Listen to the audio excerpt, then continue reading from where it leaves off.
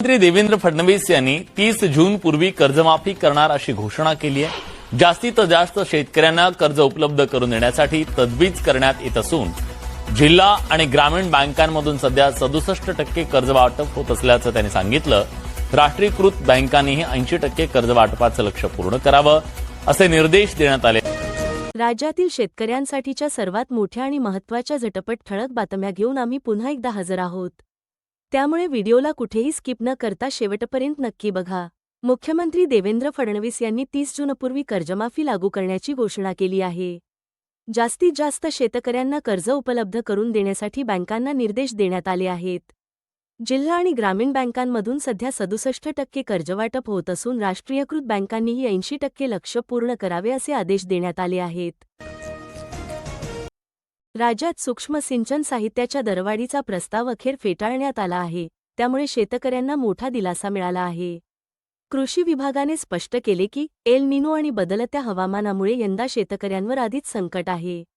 अशा परिस्थितीत ठिबक सिंचन साहित्याचे दर वाढवणे योग्य ठरणार नाही, त्यामुळे मागील वर्षाचेच दर यंदाही कायम ठेवण्याचा निर्णय घेण्यात आला आहे। फलोत्पादन संचालकांनी कंपन्यांना याबाबत सूचना दिल्या असून शेतकऱ्यांच्या हितासाठी हा निर्णय घेतल्याचे सांगितले आहे। दरम्यान दरवाढ न झाल्यामुळे ठिबक उद्योगांनी नाराजी व्यक्त केली आहे। दरवाढीमुळे देशातील सोयाबीन निर्यात निम्म्याने घटण्याची शक्यता व्यक्त करण्यात आली आहे। देशात सोयाबीनच्या किंमती गेल्या एका महिन्यात तब्बल 47% वाढल्या आहेत। भारतातील सोयाबीन ब्राझील आणि अर्जेंटिनाच्या तुलनेत सुमारे 58% महाग झाले आहे, त्यामुळे परदेशी बाजारात भारतीय सोयाबीनची मागणी कमी होत असल्याचे उद्योग क्षेत्राचे म्हणणे आहे। सध्या निर्यातीसाठी भारतीय सोयाबीन $680 प्रति टन दराने उपलब्ध आहे, तर ब्राझील आणि अर्जेंटिनाचे सोयाबीन $430 प्रति टन दराने मिळत आहे। देशातील उत्पादन घटणे, वाढती मागणी आणि कमी साठा यामुळे भाव वाढल्याचे सांगितले जात आहे। यामुळे येत्या काळात सोयाबीन निर्यातीवर मोठा परिणाम होण्याची शक्यता आहे। सिंधुदुर्गातून आंबा उत्पादकांसाठी चिंताजनक बातमी समोर आली आहे। कॅनिंगच्या आंबा खरेदी दरात मोठी घसरण झाली असून शेतकरी हतबल झाले आहेत। यंदा सुरुवातीला कॅनिंगसाठी आंब्याला प्रति किलो 62 रुपये दर मिळत होता, मात्र आता हा दर थेट 17 रुपयांपर्यंत खाली आला आहे, त्यामुळे आंबा उत्पादकांना मोठा आर्थिक फटका बसत आहे। यावर्षी मोहर कमी असल्यामुळे आंबा उत्पादन आधीच घटले आहे, त्यातच पश्चिम आशियातील युद्ध परिस्थितीमुळे निर्यातीची मागणी कमी झाली आहे, त्यामुळे कॅनिंग कंपन्यांनी आंबा खरेदी कमी केल्याचा परिणाम बाजारभावावर झाला आहे। आंब्यापासून रस, जॅम, सरबत आणि इतर उत्पादनांची मागणी घटल्यानेही दर कोसळल्याचे सांगितले जात आहे। यामुळे सिंधुदुर्गातील आंबा बागायतदार मोठ्या संकटात सापडले आहेत। साताऱ्यातील लोणंद कृषी उत्पन्न बाजार समितीत बोकडांची विक्रमी आवक झाल्याची मोठी बातमी समोर आली आहे। बकरी ईद सणाच्या पार्श्वभूमीवर आयोजित विशेष बाजारात तब्बल 35 ते 40 हजार बोकडांची आवक झाली। या व्यवहारातून सुमारे 4 ते 5 कोटी रुपयांची उलाढाल झाल्याचा अंदाज व्यक्त करण्यात आला आहे। या बाजारात महाराष्ट्रासह कर्नाटक, गोवा आणि इतर राज्यातूनही व्यापारी आणि खरेदीदार मोठ्या संख्येने दाखल झाले होते। काही बोकडांना 20,000पासून थेट 1.5 लाख रुपयांपर्यंत दर मिळाल्याचे सांगितले जात आहे। बाजार समिती परिसरात मोठी गर्दी झाली होती। महाराष्ट्रासह 8 राज्यांमध्ये उष्णतेची तीव्र लाट सुरू असून गोंदियामध्ये उष्माघातामुळे 1 जणाचा मृत्यू झाला आहे। उत्तर प्रदेशातील बांदा येथे तापमान 47.6 पोहोचले। हवामान विभागाने महाराष्ट्र, मध्य प्रदेश आणि उत्तर प्रदेशसाठी रेड अलर्ट जारी केला आहे। राजस्थानसह 11 राज्यांमध्ये ऑरेंज अलर्ट देण्यात आला आहे। ब्रह्मपुरी येथे 47.1 तापमानाची नोंद झाली, तर अकोला, जळगाव, नागपूर, धुळे, परभणी, नांदेड, सोलापूरसह अनेक शहरांमध्ये तापमान 40° वर गेले आहे। तज्ज्ञांच्या मते रात्री तापमान कमी न झाल्याने शरीराला आराम मिळत नाही, त्यामुळे हीट स्ट्रेस, हार्ट अटॅक आणि स्ट्रोकचा धोका वाढत आहे। सोलापूर जिल्ह्यात खरीप हंगामापूर्वीच शेतकरी मोठ्या आर्थिक संकटात सापडले आहेत। डिझेल आणि पेट्रोलच्या दरवाढीमुळे मशागतीचा खर्च तब्बल 20% वाढला आहे। मजूर टंचाई आणि ऊसाच्या FRPमुळे शेतीची कामे महाग झाली आहेत। नांगरणी, रोटावेटर, बेड पाडणे आणि पेरणीसाठी लागणारा खर्च मोठ्या प्रमाणात वाढल्याने शेतकऱ्यांचे बजेट कोलमडले आहे। ट्रॅक्टर चालकांचे दरही वाढले असून डिझेल महागाईचा थेट फटका शेतकऱ्यांना बसत आहे। त्यामुळे खरीप पेरणी कशी करावी असा मोठा प्रश्न शेतकऱ्यांसमोर उभा राहिला आहे। सोलापूर जिल्ह्यात पेट्रोल आणि डिझेलचा कृत्रिम तुटवडा निर्माण होण्याची शक्यता व्यक्त करण्यात आली आहे. जिल्हा प्रशासनाने नागरिकांना घाबरून जास्त इंधन साठवू नये असे आवाहन केले आहे. करमाळा तालुक्यात पेट्रोल पंपांवर मोठी गर्दी होत असून नागरिक ड्रम आणि कॅन घेऊन इंधन भरण्यासाठी रांगा लावत आहेत. प्रशासनाने सांगितले की जिल्ह्यात पुढील 7 दिवसांचा इंधनसाठा उपलब्ध आहे आणि पुरवठा नियमित सुरू राहणार आहे. अफवांवर विश्वास न ठेवता फक्त गरजेपुरतेच इंधन खरेदी करण्याचे आवाहन करण्यात आले आहे. छत्रपती संभाजीनगरमध्ये पडगाव सबस्टेशन ते सफारी पार्क रस्त्याच्या कामात मोठा गोंधळ समोर आला आहे. मंजुरी एका रस्त्यासाठी असताना काम दुसऱ्याच रस्त्यावर सुरू असल्याचा आरोप करण्यात आला आहे. तब्बल 11.25 कोटींचा निधी मंजूर होऊनही 6 महिन्यांत एक वीटही रचली गेली नसल्याचे वृत्त आहे. अधिकाऱ्यांनी आणि कंत्राटदारांनी नियम डावलून मनमानी केल्याचा आरोप नागरिकांनी केला आहे. शहर विकासाच्या दृष्टीने महत्त्वाचा असलेला हा रस्ता रखडल्यामुळे नागरिकांना वाहतूक कोंडी आणि धुळीचा त्रास सहन करावा लागत आहे. सोशल मीडियावर कॉकरोच जनता पार्टी नावाच्या नव्या डिजिटल पक्षाची जोरदार चर्चा सुरू झाली आहे.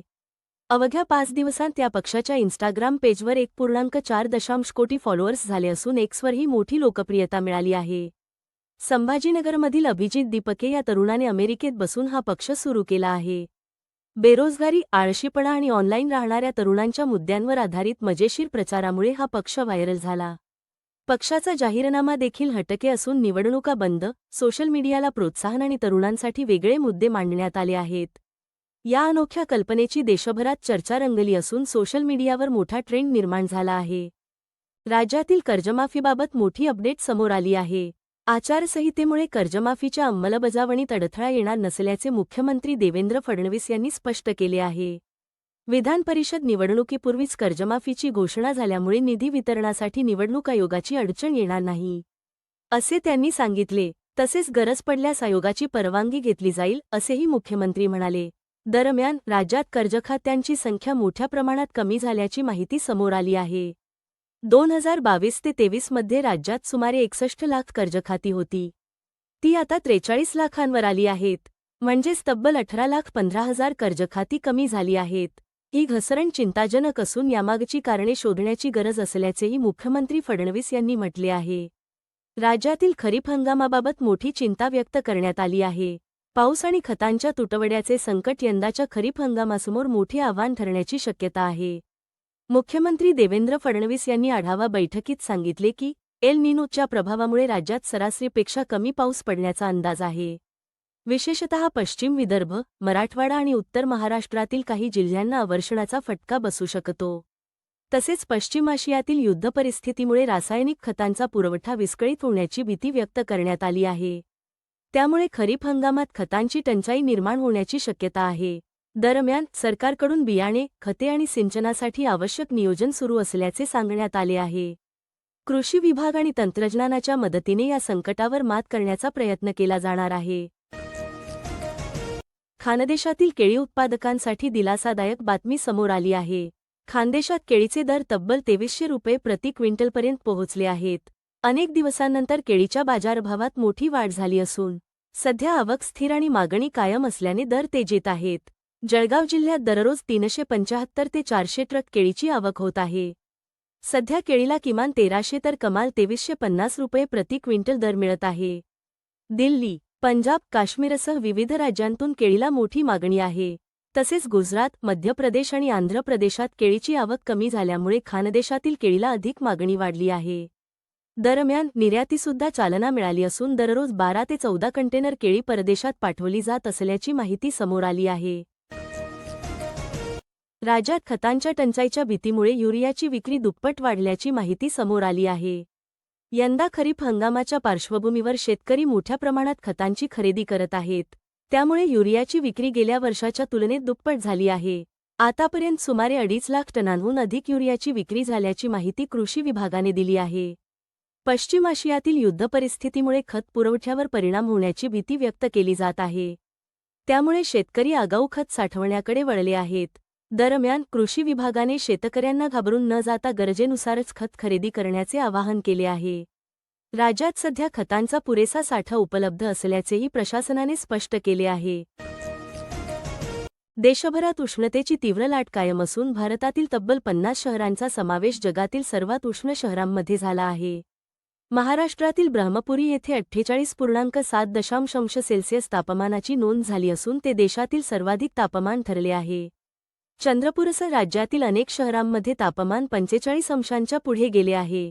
हवामान विभागाने पुढील 6 ते 7 दिवस उत्तर, मध्य आणि पूर्व भारतात तीव्र उष्णतेचा इशारा दिला आहे. काही राज्यांमध्ये रेड आणि ऑरेंज अलर्ट जारी करण्यात आले आहेत. दरम्यान उष्णतेमुळे रात्रीचे तापमानही वाढले असून नागरिकांना प्रचंड उकाड्याचा सामना करावा लागत आहे.